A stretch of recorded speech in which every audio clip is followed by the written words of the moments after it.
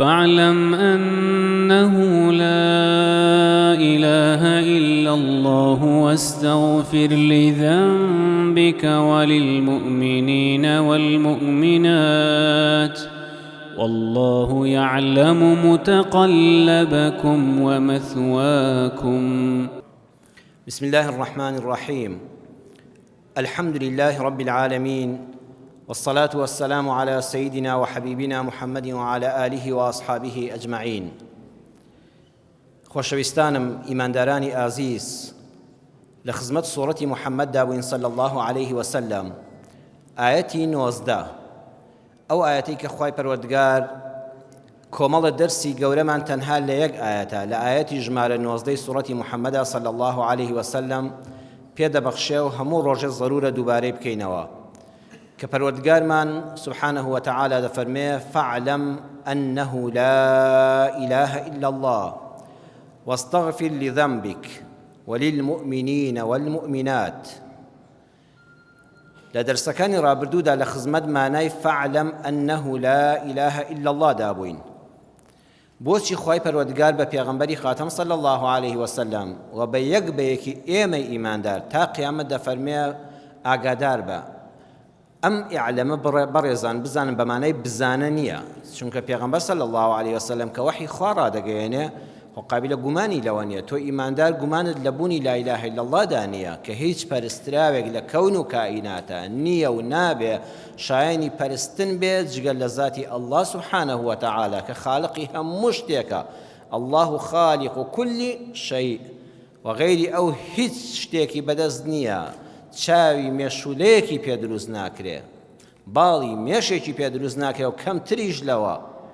خوای پەروەردگار هەر خۆی خالقە، هەر ئەویش دەبێت شایانی پەرستن بێ. ئەی بۆچی خوای پەروەردگار فەرمووی فاعلم أنه لا إله إلا الله، یعنی لەمانای لا إله إلا الله شارەزابە و بەردەوامیش بە لەسەری. بەڕێزان، شارەزابوون لەگەڵ زانیندا دووشتی لە یەک جیاوازن. من دەزانم شاری هەولێر هەیە، هیچ گومانم نییە لەوە،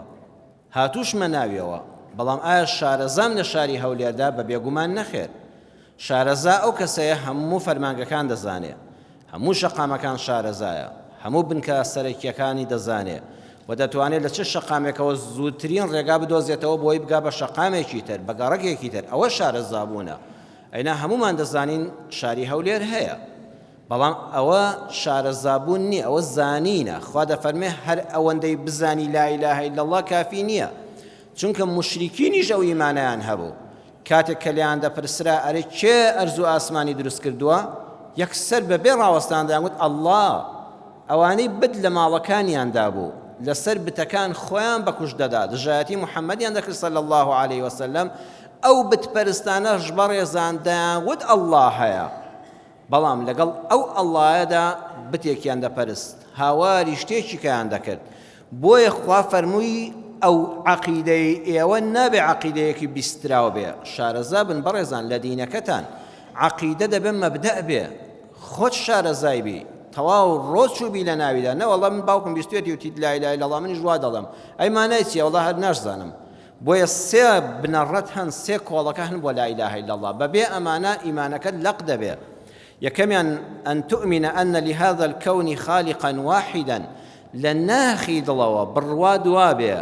بینراو و نەبینراو، ئەرز و ئاسمان هەر هەمووی یەک دروستکەری هەیە کە ذاتی الله سبحانه وتعالى.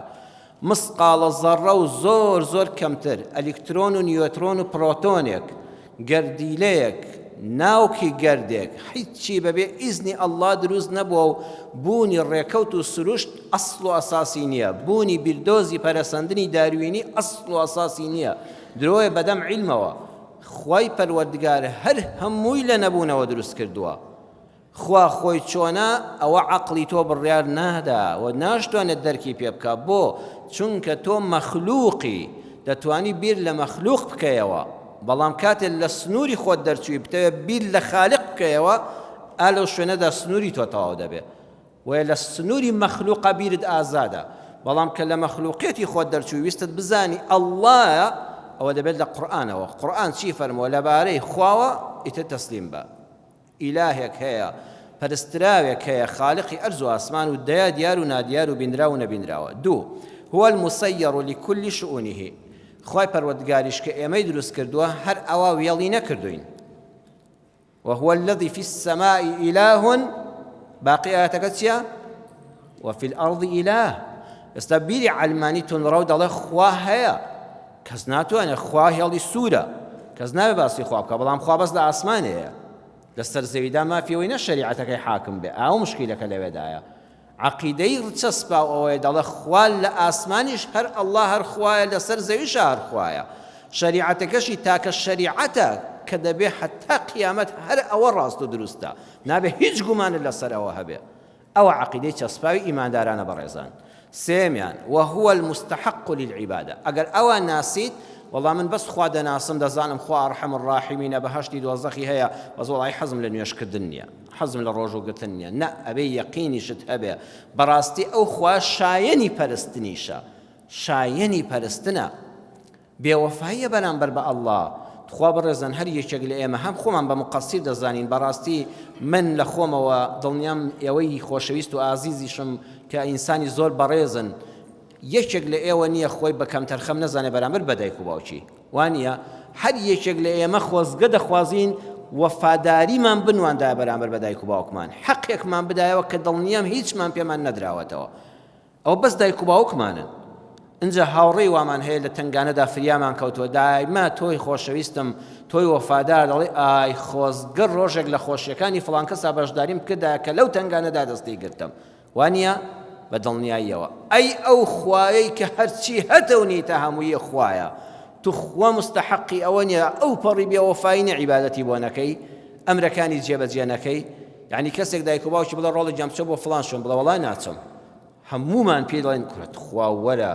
ئەو دایک و باوکت چیان بۆ ئەو ئەولادە نەکرد کەچی ئێستاڵە تا ئەوێ بچۆڵە وەڵای ناچم. هەموومان بە بێوەفای دەزانین، بە سپڵەی دەزانین ئەی ئەو خوایە، ئەی ئەو ئەڵڵایەی کە تۆی لە نەبوونەوە دروست کردووە، کە دیار و نادیارت هی ئەوە، کە بوونت هەمووی هی ئەوە، کە ئەو ڕەحمەی لە دڵی ئەو دایک و باوکەدا بوو بەخوا خوا خستێ ناوی، ئەوەی نایمان پێ بەخێو نەدەکرات، چاکەیان لەگەڵا نەدەکردین. ئەو مناڵە جگەرگۆشت کە ئەوەندەت خۆش دەوێت خوا ڕەحمەکەی خستۆتە دڵتەوە کە خۆتی بە قوربان دەکەی. ئەو خۆشەویستی لە بینی ئەو ژن و مێردەدا کە خوای پەروەردگار دوو کەسی نائاشنای کرد بەو خۆشەویستی لە مەحەبەت بەهێزتر مەوەدە لە نێوانتاندایە. تو خوا ئینسان بێوەفا بێ بەرامبەر بە ئەڵڵا، عیبادەتەکانی لا قورس بێ، نابێ خەلەل لە لا ئیلاهە ئیلا الله کەدا هەبێ، ئەبێ بڵێ بەڕاستی خوا ئەیجان تۆ مستحقی ئەوەی عیبادەتت بکەم و نەشم توانیوە قەت عیبادەتی خوا بکەم. بەخوا هەر یەکێک لە ئێمە لەو ڕۆژەوە کە باڵغ دەبین، کە دنیا ڕاست و چەپی خۆمان دەناسین، سەرمان لەسەر سوژدە بێ، فریشتە ئاسا عیبادەت بکەین تا مەلەکول مەوت ڕوحمان دەکێشێ، وەڵڵاهی خۆشەویستانم دڵنیا بن حەقی نیعمەتی لا ئیلاهە ئیلا اللهمان نەداوە کە ئەوەی بەدڵ دڵین لا ئیلاهە ئیلا الله، بەس ئەو خەڵاتەمان هێشتاکانە باوەڕتان بێ هێشتا سوپاسگوزاری خوامان نەکردووە. جا تو باسی هیچی تر مەکە، بەس ئەو ئیمانداری کە خوا بێبەخشیوین، ئەو خوای مستحق للعبادة. جا وەڵڵاهی هەر کەسێ ئاوا خوای ناسی نەخێتەرە و خەیاڵی شەیطانی واللهی خەریکە عەقیدەم تێک دەچێ، وەڵا قسەیەکیان کردو خەریک بکەوە گومانەوە، برام تۆ لەبێت لە خۆت بکەوێ گومانەوە، تۆ لا ئیلاهە ئیلا الله کە ڕێگەکەیدا نەچەسپاندووە، عینا هەموو دنیا بیەوێ دژی خوا نەعوذ بالله پەنا بەخوا قسە بکە، دژی ئیسلام و قورئانەکەی من قسە بکە، تۆ زیاتر ئیمانەکەت گەشە دەکا و ڕێکدا دەکوتێ، ئەمجا زیاتر دینەکەتت خۆش دەوێ. نەک هەر بایەک لەولاوە هەڵی کرد و فکری تۆ تەشویشی بۆ پەیدا بێ، شەبەکەی ئینتەرنێتت خاو بێتەوانێ، وەڵی لە نوێژ دڵم سارد بۆەوە، کورە هەیە بە ناشکری نەبێ، وەڵا فڵان کەس وای کوتە وەڵام من نوێژ ناکەم، با بە تۆ جارە خەمی خۆتت بێ. ئەوە لا ئیلاهە ئیلا الله کە دەبێ هەموو دنیا، من زۆر جار وتوشمە لەسەر ئەو عەقیدەیەش دەمرین ئینشاءالله، یەقینم هەیە جەنابیشتان بیسەران و بینەرانیش هەروان بە تاقی تەنیا لەم سەر زەویە بمێنمەوە ئەزانم ئەو ئیسلامەیی منە، بە تاقی تەنیا ئەگەر یەک کەسی لێ نەمێنێ، یەک کەس نەمێنێ سوزدەیەک بدووە بۆ خوا بەرێ و بێتە ماڵی خواوە، ئەزانم ئەو خوا بەس ئەو قورئانەی بۆ من ناردووە، بەس ئەو ئیسلامە بەس تەنهاهی منە، لە ناخی خۆمم خۆشتر دەوێت، دڵنیام تۆش وای، خەڵکی موسڵمانیش هەمووی وایە. بۆیە هەر گەف و گڕێک و دەنگێکی نەشاز و ناکەس حال لەولاوە ویستی بێ ئەدەبی بەرامبەر دینەکەمان بکات، خوات کاتان لێ دەکەم هەر ئەو ڕیشی لێمەدەنەوە، بەڵام زیاتر ئاوی ئیمانەکەت بدە، ئەمجا زیاتر خۆم خۆش دەوێت، ئەمجا زیاتر دەڵێم لا ئیلاهە ئیلا الله بە یەقینەوە. ئەگەر ئەوە چەسپە ئەو لا إله إلا الله فاعلم أنه لا إله إلا الله عبدته بەڕاستی جوان خوا دەپەرستی ئەمجا سعدت بقربه خۆشبەخت دەبی بە نزیکی لە خوای پەروەردگارەوە. خۆشەویستان، دین سێشتە. دین یەکسانە بە عیلم زائد سلوک ئەنجامەکەشی سەعادەتە. علمە، دین علمە، کۆمەڵە علم دەزانی ئەمە زانستەکانن زانستە ئیسلامیەکان، بنەماکانی ئاین،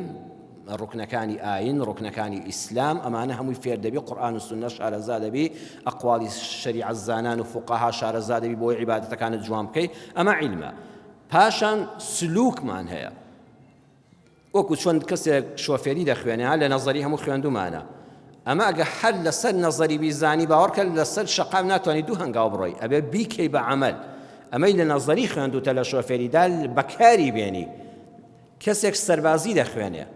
پێشمەرگەیە لە مەشقی سەربازیدا بەکارهێنانی چەک دەخوێنێ، چوونە پێشەوە، پیلانی دوژمن، ئەمە هەمووی نەزەریە لە ناو مەکتەبی عەسکەری خوێندوتە.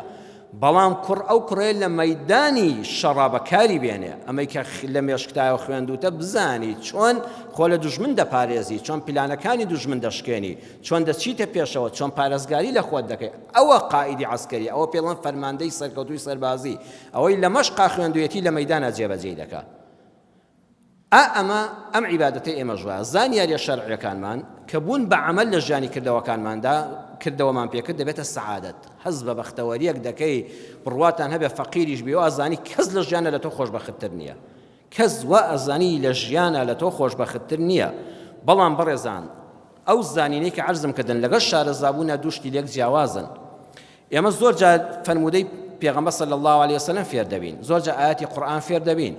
ئەم لا إله إلا الله يج الحمد لله ئەم سێ ڕەگە لە ناو دڵمانە چەسپاوە. جا خوا فەرمووی وەستەغفر لذەنبیک، ئەم جا کاتێکیش کە موسیبەتێک ڕووی تێکردی چۆک دامەدا بە خۆتا بچۆوە خەلەلەکان باز بدۆزەوە باسمان کرد.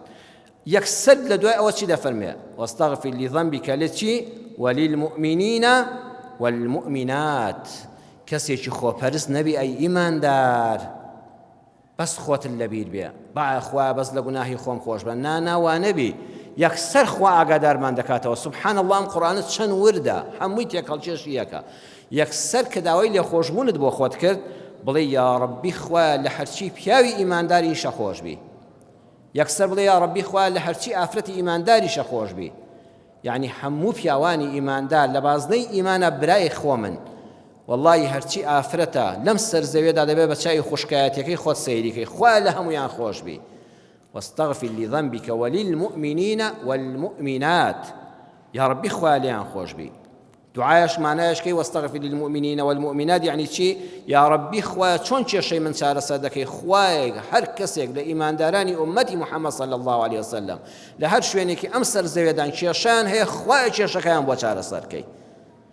بیرتانە ئێمە هەموو جمعەیەک لە کۆتایی خوتبەکانە یەکەم دوعامان دەڵێن چی؟ لە بیرتانە لە خوتبەی عەرەبیەکەیە اللهم اغفر،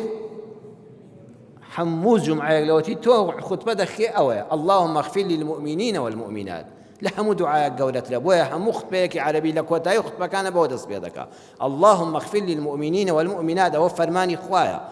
بەڵام هەرەوە بەس نابیڵێن لە ناخی دڵەوە دوعا بکە، بڵێ یا ربی خوا لە گوناهی من و هەموو ئیماندارانی پیا و ژن خۆش بە. یا ربی خوا چۆن کێشەکانی من چارەسەر دەکەی، خوایە هەر کەس کێشەی هەیە چارەسەری بکە. ئەزانی ئەم دوعا لە ناخی دڵەوە بکەی، هەموو مەلایکەتەکان لە پشتەوە دەڵێن یا ربی خوا دوعاکە لێ قبوڵ کە، چونکە تۆ زۆر دڵت پاکە. بۆیە دەرسی ئەم شەومانە و ئیماندار دەروون پاکە، مەسلحەت چی نییە، بەرژەوەندی خواز نییە، بەس خۆم هەم بێ، خوایەکە تۆ لە برسان دەمردی، من بێکێشە بم، خوایەکە تۆ تیا دەچووی، من ساغم، خوایەکە تۆ نەخۆش دەبووی، من بازارم گەرم بێ، خوایەکە تۆ محتاج دەبووی. نا وەڵڵا لە بازاری ئیماندارە ئەمە نایخوێنێتەوە. ئەوە قورئانە بەڕێزان، ئەو قورئانە منهەجی ژیانە. دەبێت ئاوا بڵێ خوایە هەموو ئاواتەکانم بێنیە جێ. ئەستەغفر الله ئەوەیە، یا ربی خوا داوا لێ دەکەم بەر چاوم ڕوونکەی کێشەم هەیە، محتاجەکانم دەفعکەی، چاوم ڕۆشنکەی، خوایە هەڵەکانی خۆم ببینم، بە ئاواتەکانم بگەم. کە کوتت خوا لە هەموو ئیمانداران خۆش بە اللهم اغفر للمؤمنين والمؤمنات، یا ربی خوا هەر کەسێ ئاواتی خێری هەیە خوایە بۆی ئاسانکەی. هەر پیاوێک هەر کوڕێک ئاواتی خێر لە دڵیایەتی چەندم بۆ خۆم پێخۆش ئاواتم بێتە جێ، یا ربی خوا ئاواتی ئەوانیش بێتە جێ. هەر کچێک، هەر ژنێک، هەر دایکێک، هەر خوشکێک چەنە حەز دەکەم کچەکانی خۆم بەختەوەر بن، خوا پیاوێکی بەڕێزی وەکو جەنابتان هەیە حەسب کا کچەکەی خۆی لە هەموو کەس بەختەوەرتر نەبێ والله دەبێ ئەوەش لە ناخی دڵتا بێ واللهی کە کچی دراوسێکەت شووی کرد و حەسایەوە ئەوە فەرەحی بە دڵتانەیە پشکنینێک بۆ خۆت بکە واللهی کە خوشکی کاکە شووی کرد و حەسایەوانێ و مێردێکی باشی بەنسیب بوو چۆن خوشکەکەی خۆت ئاوات تەکچێت کوڕێکی باش بێتە خوازبێنی بحەسێتەوە بە کچەکەی کاکە فڵان کەسیش کە خوشکەکەی دادەمەزرێ و بە حیا و حرمەتەوە شوو دەکات دەبێت ئاوا خۆشحاڵی بە دڵتا بێ چۆن حەز دەکەی دایکی کەس زەلیل نەبێ هەمووی حەج و عومرە بکە و دەستیان لەسەر چاوان بێ بۆی ئەبێ حەز دەکەی داشی خۆت وایە داشی خەڵکی جووا بێ ئەوە ئەو معنای اللهم اغفر للمؤمنين والمؤمنات تێبگەین شارەزابین لە دینەکەمان بەڵام بەداخەوە ئیماندارین و ئەم دوعاش هەموو جمعان دەکەین لە مزگەوتێ ناچینە دەرەوە ڕێزم هەیە بۆ خۆم و بۆ جەنابتان و هەموو بیسەران و بینەران دەست دەکەین بە غەیبەتی یەکتر بوختان بۆ یەکتر کورە کابرا هیچ زەرەری بۆ تۆ نەبووە حەز دەکا کوڕەکەی ژنی بۆ نایە حەز دەکا کچەکەی بۆ بەشوو نەدرێ حەز دەکا خوشکەکەی تەلاق بدرێ کورە خوشکە حەز بە زەرەری خوشکەکەی خۆی دەکا برایە حەز بە زەرەری براکەی خۆی دەکا پەنا بەخوا ئەوە هەر ئەو خوای ئەرحەم الراحمینەیە بەم قورئانە دایما ئاگادارمان دەکاتەوە ئەم دەرسانیم ڕەمەزان ئەم دەرسانیم مزگەوت بەڕێزان شەحنن بە ئاگامان دێنێتەوە والله من لە خۆمەوە ئەنجا جەنابیشتان دەبێت یەک بە یەک تەوبە بکەین خوای ئەگەر غیلێک لە دڵما بۆ عەفوم کە خوای ڕەحمم پێ بکە دڵم پاکەیتەوە دڵ و دەروونم پاک نەبێ ئیمانم لە خەتەرایە ئەیمانت لە خەتەرا بوو هەموو شتێکت لە خەتەرایە هیچت نەماوە لەسەر زەویدا بەڕێزان بۆیە نیشانەی ئیماندار دەروون پاچیە زانایەک فەرموویەتی چت بۆ خۆت پێخۆشە ئەوە ببەخشە زەردەخەنت پێخۆشە چەنت پێخۆشە خەڵک ڕووی خۆش بێ لەگەڵ تا دەبرا تۆ ژڵوت خۆش بێ پێت خۆشە خەڵک خۆشەویستیت پێ ببەخشێ دەببەخشە پێت خۆشە خەڵک هاوڕێت بێ هاوڕێ بە پێت خۆشە خەڵک بەڕێز بێ لەگەڵ تا دەبەڕێز بە پێت خۆشە خەڵک وەفادار بێ دەبە وەفا بە خەڵک پێت خۆشە پارەت بداتێ دە پارەش ببەخشە بە خەڵک زەکات بدە خێر بکە سەدەقات بکە ڕەزیل مەبە کۆتای ئەم وتارەم بەڕێزان بە فەرمودەیەکی پێغەمبەر دێنم صلی الله عليه وسلم لا يؤمن أحدكم حتى يحب لأخيه ما يحب لنفسه إمام بخاري للصحيحة بجمارة فرمودي سيانزه ناويتي إمام مسلم للصحيح خويا بجمارة فرمودي تشلو بيانش ناويتي صحيح بخاري بعود أسبيدك جمارة سيانزه فرموده دوانزه فرموده لبيغم حديث واحد للصحيح بخاري ده حديث جمارة سيانزه صحيح بخاري لا يؤمن أحدكم هيش كز لأيوة إيمانك تواو نابه أو إيمانا نية كالراستقين وتبيتي لا إله إلا الله أحدكم يعني بشكنين بوخوتك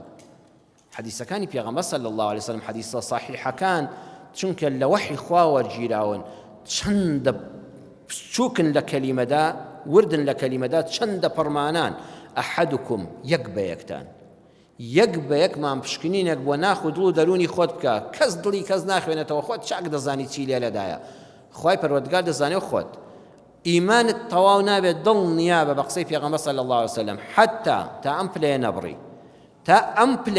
أما بلي إيمانا أما بلا كان سردك أقا قيشتي أملوتك يا والله ضلت بخوت خوش بي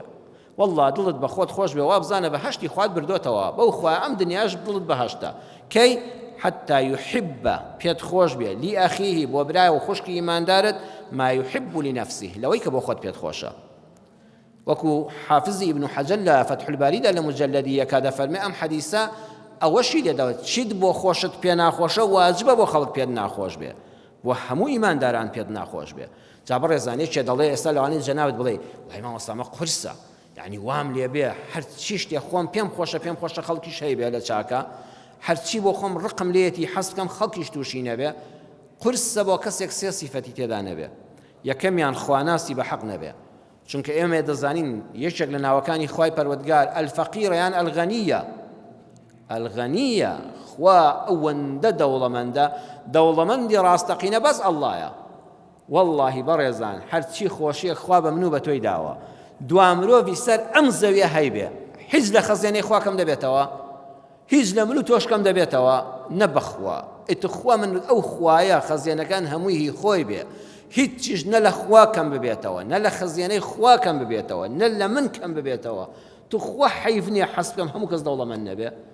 والله من هەموو جا دوعا دەکەم یا ئەڵڵا ماڵم لە هەر شوێنە بوو دراوسەکانم لە من دەوڵەمەندتر بن ئەزانی چەند خۆشە دراوسەکانت لە تۆ دەوڵەمەندتر بن هەر عەلاقەیەکت بەدەستەوە بێت چونکە ئەوان لە تۆ دەوڵەمەندترن بە مرتاحی لێبێتە ژوورەوە هیچ مشکلە نییە هەر خواردنێک دەخۆی مطبەخەکەت بۆ نەکەی بەستەرین شتەکەیە دەڕوا چونکە دەزانی ئەو لە تۆ تێر و تەسەلتل و دەوڵەمەندترە والله خواردنەکە بە دڵتەوە دەنووسێ هیچ مشکلەت نییە مناڵەکانی پۆشتە و پەرداختن و لە مکتەبی پێشکەوتوتر دەخوێنن تۆ زۆر مرتاحی ئەگە خوا نەخواستە دراوسەکانت فەقیر بن تخوا ئیسلاحەت دەکەی نەبەخوا وەخوا حەز بێ حەزکی براکانت لە خۆت دەوڵەمەندتر بن وەڵڵای خوشکەکانت لە خۆت ژانن خۆشتر بێت چونکە تۆ ئەوجا ئیسراحەتی لە خوا بەزیاد بێت چانی ئەوانە محتاجین جوان من هەموو دنیام هەبێ گە براکانم محتاج بن من چی بکەم ئەگە خوشکەکانم محتاج بن من چی بکەم ئەگەر ئەم خواناسیەت هەبێ ئەڵڵا ئەلغەنیە والله حەز دەکەی هەموو خەڵکی سەرزەوی خۆشبەخت بن لە تۆ دەوڵەمەندتر بن چونکە ئەمجا تۆ مرتاحی دووەمیان بەڕێزان دڵ و دەروونت لە حەسوودی و ڕق و بوغز و کینە پاکەیتەوە هەر وەختێ زاڵ بووی بەسەر ئێرەتا بە ئاوی تەوبەشتت پاکت کردەوە لە حەسوودی ئای حەسوودی چ دەردێکی کوشندەیە بەبێ ئەوەی کەسێ زەرەری بۆ تۆ هەبوو بێ ڕقل لێ بێتەوە حەز بکەی کۆشکێک بنیان لێ بەڕێزان حەسوودی ئەزانن چییە حەزت لێ بێ خانوویەک کۆشکێکت هەبێ کەس لەوە نەیبێ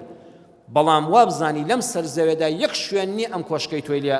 دروست بکەی خوش هەموو عەرزەکەی دابێ بە تۆ کاکە لەکوێ دروستیەکەی دروستیکە بەڵام من چاو وردکەمەوانێ با بچم کۆشکی کاک فڵان کەس بتەقێنمەوە وێرانی کەم ئەمجا لەوێ بیناکەی خۆم بکەم ئەوە حەسوودیە ئەم هەموو سەرزەوێ لەبەر دەستی تۆدایە مەیدان فراوانە دەبرا بڕۆ کۆشکی خۆت کە و بیبە بە ئاسمانە بەڵام وەڵڵای حەز دەکەم کۆشکی فڵان کەس بتەقێنمەوە ئەمجا بیناکەی خۆم بکەم ئەوە حەسوودیە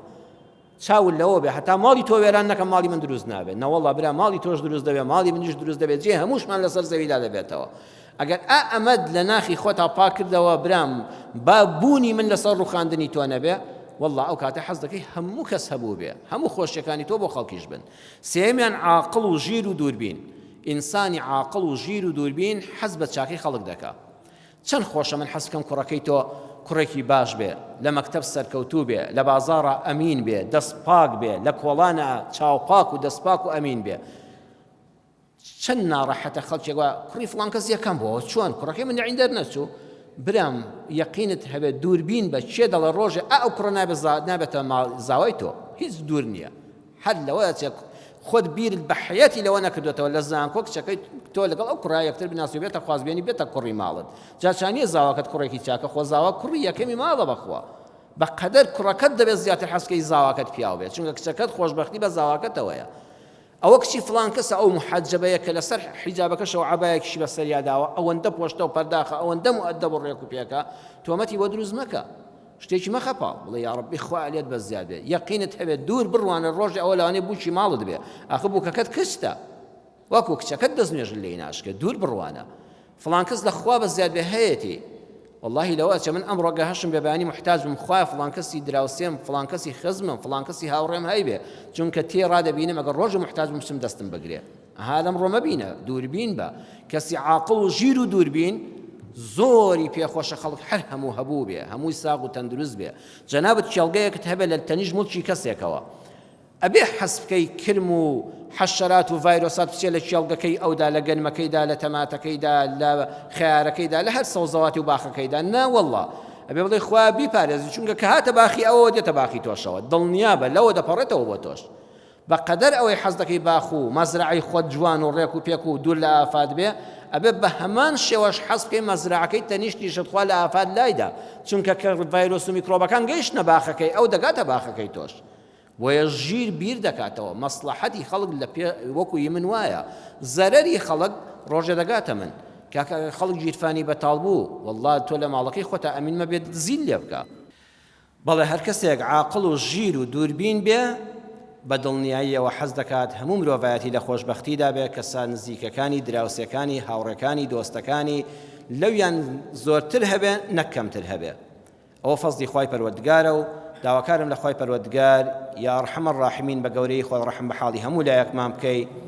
یا الله ئەو لا ئیلاهە ئیلا اللهە ڕەگدا بکتێ لە دڵماندا ڕۆژ بە ڕۆژ زیاتر خواناسی و دینداری بە حەق لە دڵمانە بچەسپێ